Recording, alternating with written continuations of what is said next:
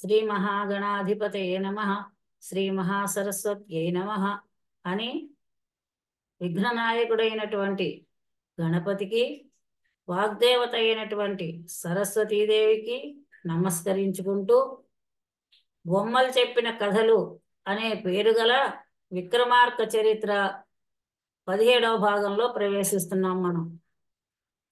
ఉజ్జయిని రాజు అయినటువంటి భోజమహారాజు విక్రమార్క సింహాసనం ఎక్కడం కోసమని చెప్పి ఒక శుభ ముహూర్తాన్ని నిర్ణయించుకొని ఆ సింహాసనం ఎక్కడానికి ప్రారంభించాడు. అంతకు పూర్వము 5 మెట్లు ఎక్కాడు. ఆ 5 మెట్లు ఎక్కినప్పుడు ప్రతి మెట్టు మీద ఉన్నటువంటి బొమ్మ, విక్రమార్కుడు గొప్పతనం ఉంటేనే నీకు ఈ సింహాసనం ఎక్కగలవు, లేకపోతే నువ్వు ఎక్కలేవు అని చెప్పి అడ్డగిస్తూ వచ్చాయి. అలాగే ఇప్పుడు కూడా 6వ మెట్టు మీద కాలు పెట్టబోయేంత సమయంలో వెంటనే 6వ మెట్టు మీద ఉన్న బొమ్మ, ఓ రాజా, నీకు విక్రమార్కుడి గొప్పతనం ఉందా, ఔదార్యం ఉందా, ఉంటేనే నువ్వు ఈ సింహాసనం ఎక్కుతావు, లేకపోతే నీకు అర్హత లేదు అని చెప్పింది. అయితే ఆ రాజు అన్నాడు కదా, మరి విక్రమార్కుడికి ఏ రకమైన గొప్పతనం ఉందో చెప్పు అని చెప్పి అడిగాడు. అడిగేసరికి ఈ విషయాన్ని కొరవి గోపరాజు సింహాసన ద్వాత్రింశికలో చెప్తున్నాడు రాజు గొప్పతనాన్ని గురించి. సమరస్థలి కపికేతుడు విమత పురోన్మూలనమున వృషకేతుడు మానమున అహికేతుడు ఆకృతి సమతను జషకేతుడనగా జగతింపరగెన్. సమరస్థలి కపికేతుడు యుద్ధరంగంలో తిరుగులేనటువంటి వాడైనటువంటి అర్జునుడు లాంటి వాడు ఆ విక్రమార్క మహారాజు. అలాగే విమత పురోన్మూలనమున తన శత్రువులని చీల్చి చెండాడడంలో, శత్రువులని ఓడించడంలో వృషకేతనుడు అంటే పరమేశ్వరుడు లాంటి వాడు. అలాగే మానమున అభిమానం విషయానికి వస్తే అహికేతుడు దుర్యోధనుడు లాంటి వాడు. అభిమానంలో పోస్తే దుర్యోధనుడు లాంటి వాడు. ఆకృతి సమతను రూపంలో చూసినట్లయితే జషకేతుడు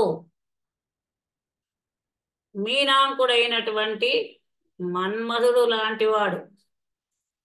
యుద్ధరంగంలోనేమో అర్జునుడు లాంటి వాడు, తన శత్రువర్గాన్ని చీల్చి చెండాడడంలో శివుడు లాంటి వాడు, అభిమానంలోనేమో దుర్యోధనుడు లాంటి వాడు, రూపంలో మన్మధుడు లాంటి వాడు అని చెప్పి చెప్పింది ఆ బొమ్మ. చెప్తూ అతని గొప్పతనాన్ని గురించి చెప్పడం మొదలుపెట్టింది. ఇంకా ధర్మబద్ధంగా ఈ విక్రమార్క మహారాజు పరిపాలన చేస్తున్నటువంటి సమయంలో ఒకప్పుడు ఒక సందర్భంలో కాలం గడుస్తూ ఉండగా వసంత ఋతువు వచ్చింది. ప్రతి సంవత్సరము కూడా వసంత ఋతువు వస్తూనే ఉంటుంది. వసంత ఋతువులో వచ్చేటటువంటి ప్రకృతి సిద్ధమైనటువంటి ఆనందం ఉంటూనే ఉంటుంది. ఈ వసంత ఋతువు లక్షణం ఏమిటి అంటే చెట్లు చిగిర్చి పువ్వులు పూయును. దీని వలన ఒక చక్కనైనటువంటి వాతావరణం, ఎక్కువ వేడి ఉండదు, ఎక్కువ చల్లదనం ఉండదు. మామిడి చెట్లు చిగిర్చి చక్కగా పిందెలతోటి, సన్నని పిందెలు, సన్నని పువ్వులు, మామిడి పువ్వులు చాలా చిన్నగా ఉంటాయి.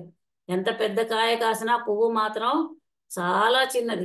అలా మామిడి చెట్లు చిగర్చడము, పువ్వులు పూయడము, పిందెలు రావడము, అలాగే మామిడి చిగుళ్ళు తిన్నటువంటి కోయిలలు చక్కగా పంచమ స్వరంలో కుహు కుహు అనేటటువంటి పూతలు కుయ్యడము, అలాగే మల్లె మొక్కలు, మల్లె తీగలు పుష్పించడము, అందమైనటువంటి వాతావరణము ఈ వసంత ఋతువు అనేది.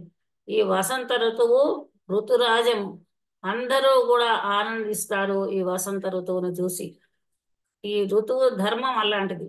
అలాగే ఆ విక్రమార్క మహారాజు కూడా వసంత ఋతువు సందర్భంగా తన అంతఃపుర స్త్రీలను తీసుకొని తన సమీపంలో ఉన్నటువంటి తన నగరానికి సమీపంలో ఉన్నటువంటి శృంగారవనానికి వెళ్ళాడు. ఇప్పుడు కూడా కొంతమంది పెద్దవారు ఏం చేస్తారంటే, పెద్దవారంటే వయసు రీత్యా అని కాదు, ధనికంగా ఆర్థికంగా ధనవంతులు ఈ చలికాలం వచ్చిందంటే కొంత వేరే ప్రదేశాలకు వెళ్ళి ఉంటూ ఉంటారు. ఎక్కువగా చలి ఉండేటటువంటి ప్రదేశాల నుంచి చలి తక్కువ ఉండే ప్రదేశాలకు వెళ్ళి ఉంటూ ఉంటారు. అలాగే ఎప్పుడూ కూడా ఈ మహారాజు కార్య వ్యగ్రతతో ఉంటాడు కాబట్టి ఎప్పుడూ ఒక హడావిడిలో ఉంటాడు, పరిపాలన ఒత్తిడిలో ఉంటాడు కాబట్టి ఆయనకు కూడా కొంత విలాసము అనేది అవసరం గనక ఆయన తన భార్యలను తీసుకొని శృంగారవనానికి వెళ్ళాడు వసంత ఋతు సందర్భంలో లేదా వసంత ఋతువులో. వెళ్ళినప్పుడు ఆ ఋతువులో ఎలా ఉంది ప్రకృతి అని చెప్పి చూసినట్లయితే మామిడి చెట్లు చిగురించాయి. చిగురించినటువంటి మామిడి చెట్ల పైన మామిడి చెట్లకి పువ్వులు వచ్చాయి. పువ్వులు చిగురించి పూలు పూసాయి మామిడి చెట్లు. ఆ పువ్వుల్లోంచి తేనె వస్తుంది.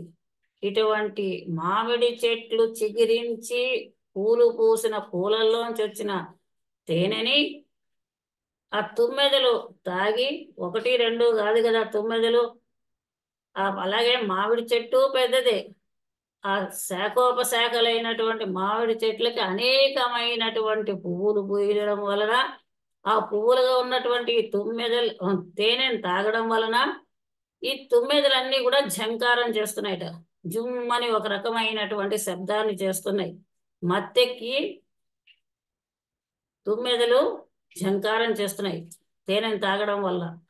ఇటువంటివి తర్వాత ఈ మామిడి చిగుళ్ళని తిని కోయిలలు పంచమ స్వరంలో కూ కూ కూ అని కూస్తున్నాయి. చక్కని కోయిల కూతలు కూస్తున్నాయి. పైగా కోయిలకి ఇంకొక లక్షణం ఉంది.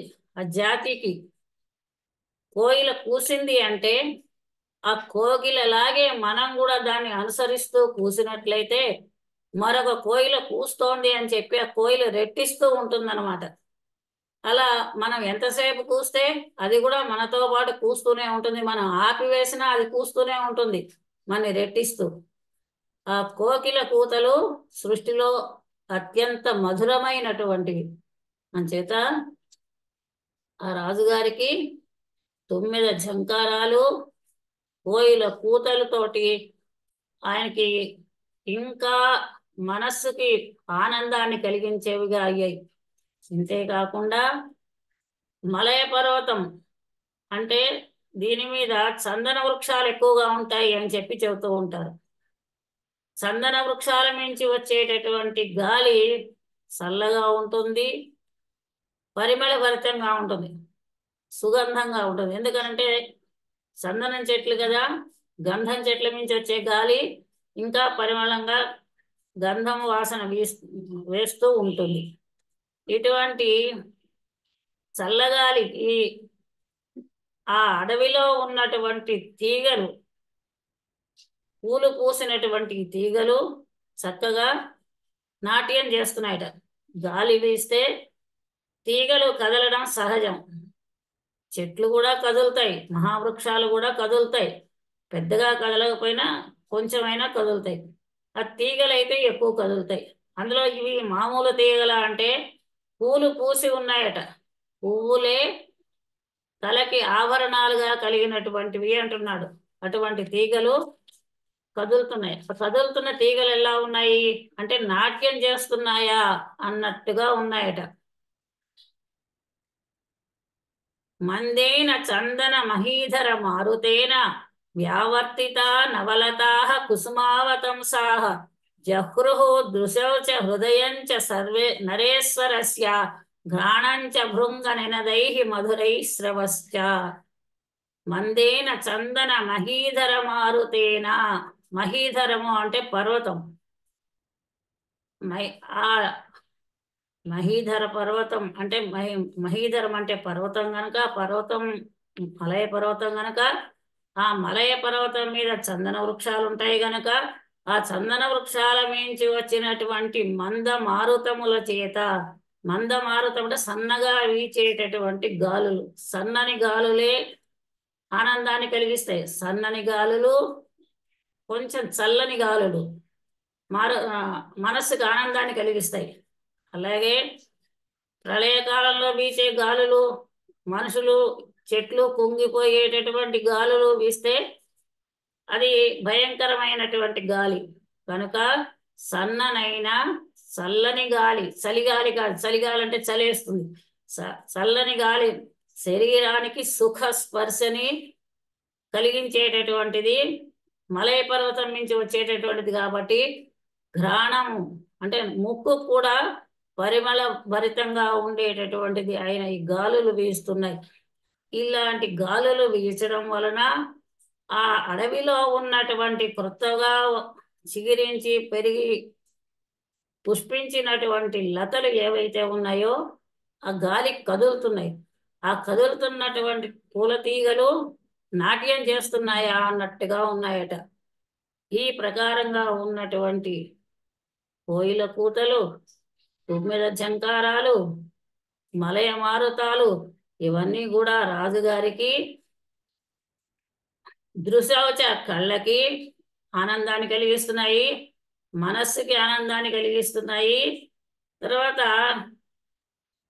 మధురంగా చెవులకి కూడా నాదాలతోటి తుమ్మెదలు ఆనందాన్ని కలిగిస్తున్నాయి. ఘ్రాణంచ భృంగ నినదైః మధురైః స్రవశ్చ. ముక్కుకి భృంగ నినదైః మధురైః, భృంగాలు తుమ్మెదల యొక్క శబ్దాల చేత చెవులకి, అంతేకాకుండా కోకిల కూతల చేత కూడా చెవులకి ఆనందాన్ని కలిగిస్తున్నాయి ఆ రాజుగారికి. అంటే అంత మధురమైనటువంటి అద్భుతమైనటువంటి ఋతువు ఆ వసంత ఋతువు. దీన్నే కాళిదాసు చెప్తాడనమాట వసంత ఋతు వర్ణన చేస్తూ అద్భుతంగా. దదౌ రసాత్ పంకజ రేణుగంధి గజాయ గండూష జలం కరేణు అర్ధోపభుక్తేన బిసేన జాయాం సంభావయామాస రథాంగనామా. ఇటువంటి ఈ వసంత ఋతువులో ప్రేయసీ ప్రియులకి ఒకరి మీద ఒకరికి అనురాగము, కోరిక పెరుగుతూ ఉంటుంది, ఏర్పడుతూ ఉంటుంది. అదే విషయాన్ని చెప్తున్నాడు. దదౌ రసాత్ పంకజ రేణుగంధి గజాయ గండూష జలం కరేణు. కరేణు అంటే ఆడు ఏనుగు. పంకజ రేణుగంధి పద్మములోని పుప్పొడి వంటి సువాసన కలిగినటువంటి రసాన్ని ఏదైతే ఉందో గండూష జలం, గండూష జలాన్ని, గండూషం అంటే చెక్కిలి, చెక్కిలి నుండి వచ్చే జలాన్ని, అటువంటి జలాన్ని ఏనుగుకి ఆడు ఏనుగు ఇస్తోందట. అలాగే అర్ధోపభుక్తేన బిసేన జాయాం రథాంగనామ. రథాంగము అంటే హంస. ఆ హంస సగం తిన్నటువంటి తామర తూడుని తన ప్రియురాలకి ఇచ్చి గౌరవిస్తోందట. అంటే ఈ విషయం ఏమిటి అని అంటే ప్రేయసీ ప్రియులు ఇరువురికి కూడా తమ ప్రేమను వ్యక్తం చేసేటటువంటి విధానం. ఈ రకంగా వసంత ఋతువు అనేటటువంటిది వచ్చింది. అలాగే కొరవి గోపరాజు గారు సింహాసన ద్వాత్రింశికలో చెప్తున్నారు, మోదుగు పువ్వులు ఎర్రగా ఉంటాయి. ఆ ఎర్రగా పూచినటువంటి మోదుగు పువ్వులు దీపాల్లాగా ప్రకాశిస్తున్నాయట. ప్రకాశిస్తూ విరహులైనటువంటి వాళ్ళకి ఆ మోదుగు పువ్వులు చూసినట్లయితే మన్మథాగ్ని ఇంకా పెరుగుతుందేమో అన్నట్టుగా ఉన్నాయట. ఈ ప్రకారంగా మహారాజు గారు ఈ శృంగార వనంలో విహరిస్తూ ఉన్నారు. ఇలా ఉన్నటువంటి శృంగార వనంలో విహరిస్తున్నారు. విహరిస్తూ ఎల్లగా కదాచిత్ వ్యాపీషు కదాచిత్ కుసుమాస్తీర్దేషు కదాచిత్ తలేషు కదాచిత్ చంద్రకాంత మణిమయ సౌధేషు సహ ఏవ అంతఃపుర వనితాభిః విహరన్ మహాంతకాలం అనైషీత్. ఒక్కొక్కసారి ఆ రాజుగారు తన భార్యలతో కలిసి వ్యాపీషు దిగుడు బావుల్లో దిగి జలకాలు ఆడుకున్నారట. జలకాలాటల్లో కలకల పాటల్లో అంటూ జలకాలు ఆడుకున్నారు. ఈ జలకాలు ఆడుకోవడం అనేది ఈ నదీ స్నానంలో కానీ చెరువుల్లో స్నానం కానీ మహారాజులైతే క్రీడా సరోవరాలు ఏర్పాటు చేసుకుంటారు. లేదంటే ఇలాగా ఆయన కూడా మహారాజు కాబట్టి శృంగారవనంలో దిగుడు బావులు సరోవరాలు ఎన్నో ఉంటాయి కనుక దానిలో దిగి తమ భార్యలతో కలిసి ఆయన ఈ దిగుడు బావుల్లో స్నానాలు అవి చేయడం ఆడుకోవడం అది చేశారు. కదాచిత్ కుసుమాస్తీర్ణేషు ఒక్కొక్కప్పుడు పువ్వులు పరచబడినటువంటి పొదరిళ్లలో కాలక్షేపం చేశారట. కదాచిత్ తరుతలేషు ఒక్కొక్కప్పుడు చెట్ల నీడల్లో చెట్ల కింద కూర్చుని కాలక్షేపం చేశారు. కదాచిత్ ఇంకొక కొంతసేపు మరికొంత సమయం చంద్రకాంత మణిమయ సౌధేషు చంద్రకాంత మణులతో కూడినటువంటి కట్టబడినటువంటి సౌధాలు భవనాల్లో కాలక్షేపం చేస్తూ ఉన్నారు. ఈ ప్రకారంగా మహారాజు గారు శృంగారవనంలో ఈ వసంత ఋతువులో కాలక్షేపం చేస్తూ విహరిస్తూ విలాసంగా ఉన్నారు. ఈ ప్రకారంగా కొంతకాలం జరుగుతూ ఉండగా ఈ విషయాన్ని దూరం నుంచి ఒక చెట్టు కింద కూర్చుని తపస్సు చేసుకుంటున్నటువంటి బ్రహ్మచారి చూశాడు. ఈ రాజుగారు ఇంత ఆనందంగా ఉన్నారు.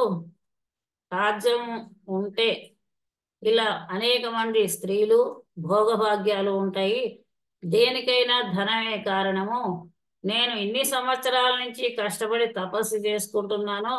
నా జీవితాన్నంతా వృధా చేసుకున్నాను.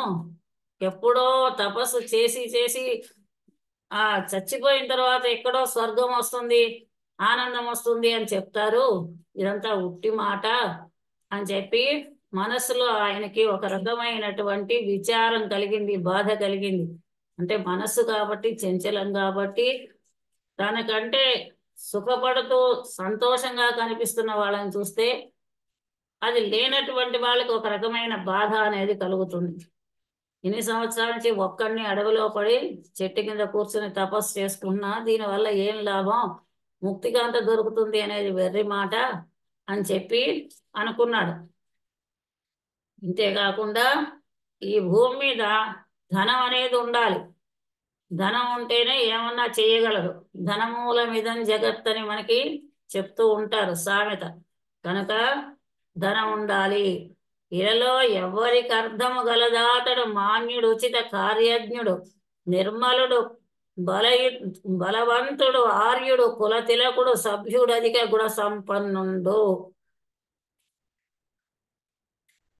ఈ భూమి మీద ఎవరైతే ధనవంతుడో ఎవరికైతే ధనం ఉంటుందో వాడు మాన్యుడు, గౌరవించదగినటువంటి వాడు. డబ్బు ఉన్నవాడికి డబ్బు వలన గౌరవం వస్తుంది కానీ డబ్బు లేనటువంటి వాడికి ఎక్కడా గౌరవం ఉండదు, ఎక్కడా చిన్న చూపే. కనుక డబ్బు సంపాదిస్తే ఆ డబ్బును చూసి గౌరవిస్తారు. అలాగే ఇక్కడ కూడా డబ్బున్నవాడు ఎవడో వాడే మాన్యుడు, గౌరవించదగిన వాడు.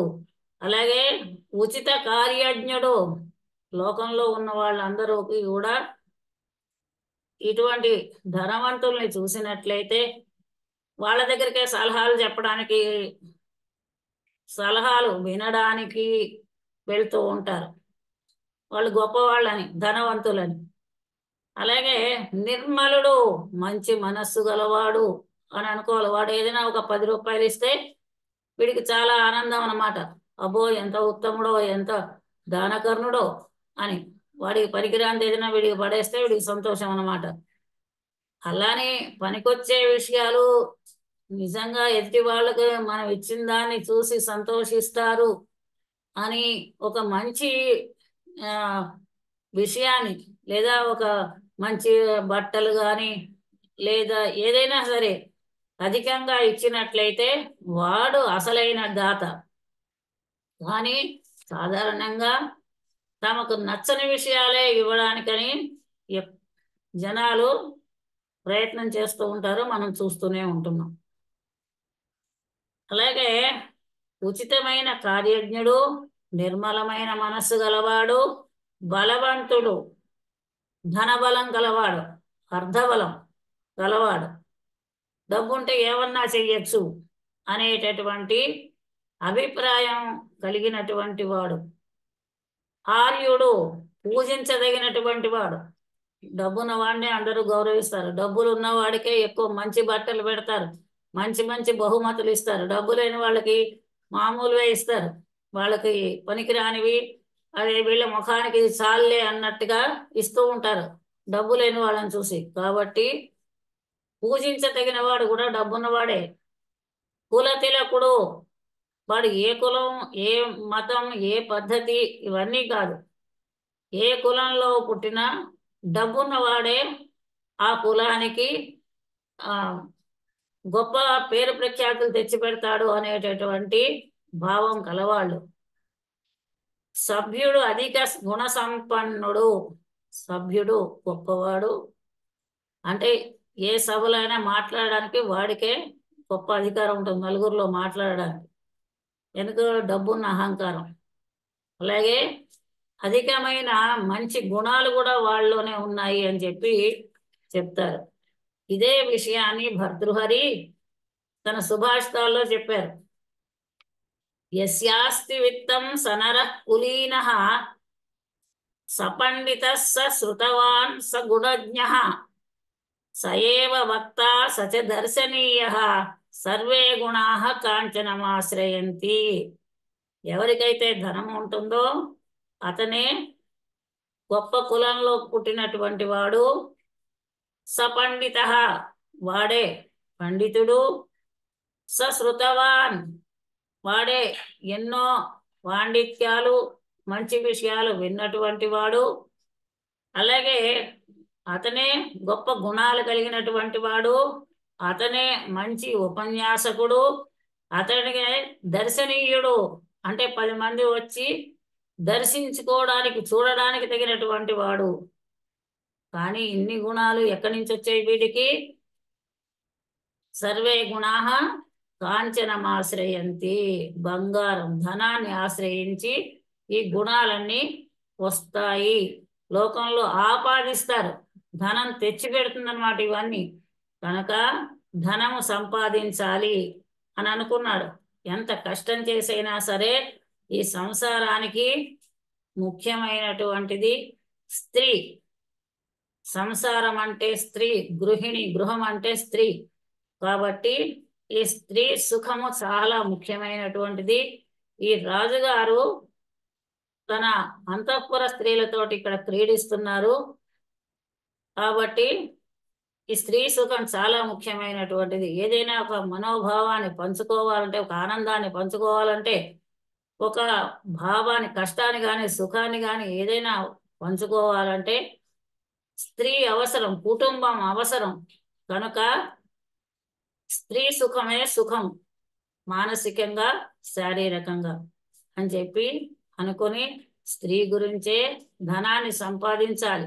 ఉట్టిగా కూర్చొని చెట్టు కింద ముక్కు మూసు కూర్చొని ధ్యానం చేస్తే ఏం ప్రయోజనం అనుకున్నాడు. అనుకొని ఇంకా అపారే అపారభూతే సంసారే సారహ సారంగలోచన తదర్థం ధనమిచ్చంతి తత్యాగేతు ధనేన కిం. ఈ అపారమైనటువంటి సంసారంలో సారంగలోచనే సారం. అంటే ఈ ప్రపంచంలో సంసారంలో ఈ సారంగలోచన లేడి కన్నులు కలిగినటువంటి ఈ స్త్రీలే సారభూతమైన వాళ్ళు. ఈ ప్రపంచంలో సారభూతమైన వాళ్ళు ఎవరు అంటే స్త్రీలే. ఈ స్త్రీల కోసమే ధనాన్ని కోరుకుంటారు పురుషులు. లేకపోతే ఇంకా ధనంతో పనే ఉంది, స్త్రీలు లేకపోతే ధనంతో పనే ఉంది. వాళ్ళు బతకడానికి ఎంత కావాలి? వాళ్ళు బతకడానికి చాలా స్వల్పమైనటువంటి ధనం చాలు. అయితే అతిగా ఆలోచించి అతిగా కాంక్షలు పెంచుకుంటే, కోరికలు పెంచుకుంటే వేరే విషయం. కానీ మనిషి జీవించడానికి హంగులు ఆర్భాటాలు అవసరం లేదు. నిర్మలంగా నిరాడంబరంగా కూడా జీవించవచ్చు. కానీ ఈ భార్య ఉంటేనే వాడికి ఖర్చు ఎక్కువ. భార్య వలన భార్యకి భోజనం పెట్టాలి, వస్త్రాలు ఇవ్వాలి, ఆమె కోరికలు ఏమన్నా ఉంటే ఆర్థికమైనవి తీర్చాలి. ఆ తద్వారా సంతానము, ఆ సంతానాన్ని పెంచి పోషించడానికి ఈ పురుషుడు ధనాన్ని సంపాదించాలి. ఈ భార్యనే లేకపోతే ధనంతో పనే ఉంది. భార్యని వదిలేసినట్లయితే త్యాగేన అంటే అసలు పెళ్ళే చేసుకోకపోతే ఇంకా ధనంతో పనే ఉంది అని అనుకుంటున్నాడు ఈ బ్రహ్మచారి. అని ఆలోచించుకొని నా అదృష్టం మూలంగా ఈ రాజు ఇక్కడికి వచ్చాడు, అతన్ని యాచించి ఏదైనా సరే నేను నా కోరికను తీర్చుకుంటాను అని అనుకున్నాడు. అనుకొని ఆ రాజుగారి దగ్గరికి వెళ్ళి, మహారాజన్ చిరంజీవ, ఓ రాజా చిరంజీవ, చిరంజీవ శతాయుష్మాన్ భవ అని ఒక ఆశీర్వచనం చేశాడు. వచ్చినటువంటి వాడు బ్రాహ్మణుడు కాబట్టి ఆశీర్వచనం ఇచ్చాడు కాబట్టి ఆ రాజుగారు అతనిని సాదరంగా ఆహ్వానించి అతనికి ఉచితాసనం వేసి కూర్చోబెట్టారు. కూర్చోబెట్టి, ఓ బ్రాహ్మణుడా, మీరు ఎక్కడి నుంచి వస్తున్నారు, మీరెవరు అని అడిగారు. మరి అడగాలి కదా, వచ్చిన వాళ్ళని వచ్చినట్టే ఇష్టం వచ్చినట్టు మాట్లాడేస్తే తెలియదు కదా. ఎవరైనా ఇంటికి వస్తే మీకేం కావాలండి, మీరు ఎందుకు వచ్చారండి అడుగుతాం కదా, తెలియని వాళ్ళు వస్తే. అలాగే ఆ రాజు తన పరిపాలనలో ఉన్నటువంటి ఇతను ఎవరో రాజుగారికి అతను తెలియదు, కానీ ఆ వచ్చినటువంటి వ్యక్తికి రాజుగారు తెలుసు కనుక ఓ రాజా అని పిలిచాడు. కానీ ఈ రాజుగారు ఈ బ్రాహ్మణుని చూసి, ఓ బ్రాహ్మణుడా, మీరెవరు, ఎక్కడి నుంచి వచ్చారు అని చెప్పి అడిగారు. అడిగేసరికి ఆ బ్రాహ్మణుడు ఏమన్నాడు, రాజా, నేను ఇక్కడ జగదాంబ సేవ చేస్తున్నాను. జగదాంబ అయినటువంటి పార్వతీదేవి జగత్తునకు తల్లి. ఆ ఆ బ్రహ్మాది పిపీలికాంత జనని అంటారు. బ్రహ్మ మొదలుకొని పిపీలికం వరకు అందరికీ తల్లి ఆమె. అటువంటి జగన్మాత అయిన పార్వతీదేవికి సేవ చేస్తూ ఇక్కడే ఉన్నాను నేను. ఈ విధంగా నేను సేవ చేస్తూ ఉండగా 50 సంవత్సరాలు గడిచిపోయాయి, నేను ఇంకా బ్రహ్మచారినే అని చెప్పాడు. చెప్పి ఇంకా ఏం చెప్తున్నాడు, రాజా, నాకు ఇవాళ తెల్లవారుజామున ఒక కల వచ్చింది. జాము అంటే 3 గంటలు అని అర్థం. రోజుకి 8 జాములు. ఎలాగా అనంటే 24 గంటలకి 8 జాములు. ఎలాగా అనంటే పొద్దున్న ఉదయం నుంచి తీసుకుంటే ఉదయం 6 గంటల నుంచి 9 గంటల వరకు ఒక జాము, 9 నుంచి 12 గంటల వరకు ఒక జాము, 12 నుంచి 3 వరకు ఒక జాము, 3 జాములు పగలు, 3 నుంచి మళ్ళీ 6 సాయంత్రం వరకు ఒక జాము, 4 జాములు పగలు, 4 జాములు రాత్రి. ఇదే విధంగా 4వ జాము అంటే తెల్లవారుజాము 3 గంటలు మొదలుకొని 6 గంటలు తెల్లవారుజాము అంటారు. ఈ సమయంలో వచ్చినటువంటి కలలు నిజమవుతాయి అని చెప్తూ ఉంటారు. అది వాస్తవంగా కూడా జరుగుతూ ఉంటాయి, మనకు తెలిసిన విషయమే. కనుక ఈ రోజు రాత్రి 4వ జాములో తెల్లవారుజామున నాకు ఒక కల వచ్చింది. ఆ కల్లో జగన్మాత నాకు ప్రత్యక్షమైంది. నేను ఏ దేవతని అనుసరించి సేవ చేస్తున్నానో, పూజ చేస్తున్నానో ఆ తల్లి నాకు ప్రత్యక్షమైంది. కల్లో కనిపించింది. ప్రత్యక్షం అంటే కల్లో కనిపించింది. కనిపించి, నాయనా, నేను నీకు ప్రసన్నురాలనయ్యాను. ఇప్పటి వరకు నువ్వు చేసిన సేవ ఆనందంగా ఉంది నాకు. ఇక మీదట నువ్వు గృహస్థాశ్రమాన్ని స్వీకరించి, అంటే పెళ్లి చేసుకొని పుత్రుణ్ణి కని పుత్రుడికి జన్మనిచ్చి తర్వాత నువ్వు మోక్షాన్ని గురించి ఆలోచించు. ఇప్పటి వరకు చేశావు, బాగానే ఉంది సేవ. ఇక మీదట నువ్వు ఇప్పుడు వివాహం చేసుకో, పుత్ర సంతానాన్ని పొందు, ఆ తర్వాత మోక్షాన్ని గురించి ఆలోచించు. కాబట్టి ఇప్పటివరకు నాకు సేవ చేసింది చాలు అని చెప్తూ, దగ్గరలోనే ఈ విక్రమార్క మహారాజు ఉన్నాడు, అతన్ని నువ్వు ఏదైనా కోరుకో, అతను నీ కోరిక నెరవేరుస్తాడని కూడా చెప్పింది అని చెప్పి ఆ బ్రాహ్మణుడు విక్రమార్క మహారాజుకు చెప్పాడు. ఇంకా ఏం చెప్పిందిట అమ్మవారు? 3 రుణాలు ఉంటాయి: దేవ రుణము, ఋషి రుణము, పితృ రుణము. ఈ 3 రుణాలు కూడా తీర్చుకున్న తర్వాతే మోక్ష మార్గానికి రావాలి. ఈ 3 రుణాలు తీర్చకుండా మోక్షానికి నువ్వు రాలేవు. నువ్వు ఒకవేళ అలాగా ప్రయత్నం చేసినా నరకంలో పడిపోతావని కూడా అమ్మవారు చెప్పింది. కనుక నేను మీ దగ్గరకు వచ్చాను, నా అదృష్టం కొద్దీ మీరు నాకు కనిపించారు మహారాజా అని చెప్పి ఆ బ్రాహ్మణుడు విక్రమార్క మహారాజుతో చెప్పాడు. చెప్పేసరికి ఆ రాజు కొంచెం ఇదంతా విని ఆశ్చర్యపోయాడు.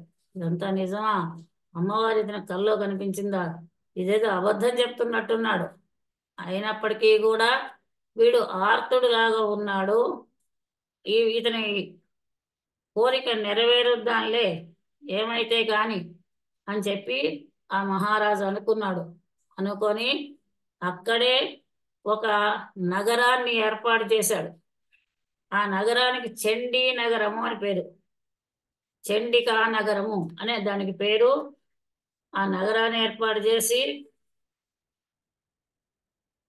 అక్కడ అతనికి 100 మంది స్త్రీలని, 500 గుర్రాలని, 400 రథాలని, 4000 భటుల్ని ఇచ్చి నువ్వు ఈ రాజ్యానికి రాజుగా ఉండు అని చెప్పి రాజ్యాన్ని ఏర్పాటు చేశాడు ఆ మహారాజు. కాబట్టి ఇటువంటి ఉదార స్వభావం నీకు ఉన్నట్టయితే నువ్వు ఈ సింహాసనం ఎక్కగలవు, లేదంటే నువ్వు ఈ సింహాసనం ఎక్కడానికి వీల్లేదు అని తిరస్కరించింది ఆ 6వ బొమ్మ. వెంటనే ఆ మహారాజు భోజుడు సింహాసనం ఎక్కకుండానే వెనుదిరిగిపోయాడు. కనుక ఇటువంటి ఔదార్యం అనేటటువంటిది విక్రమార్కుడికే సాధ్యమైనటువంటిది అని చెప్పి మనకి తెలుస్తోంది.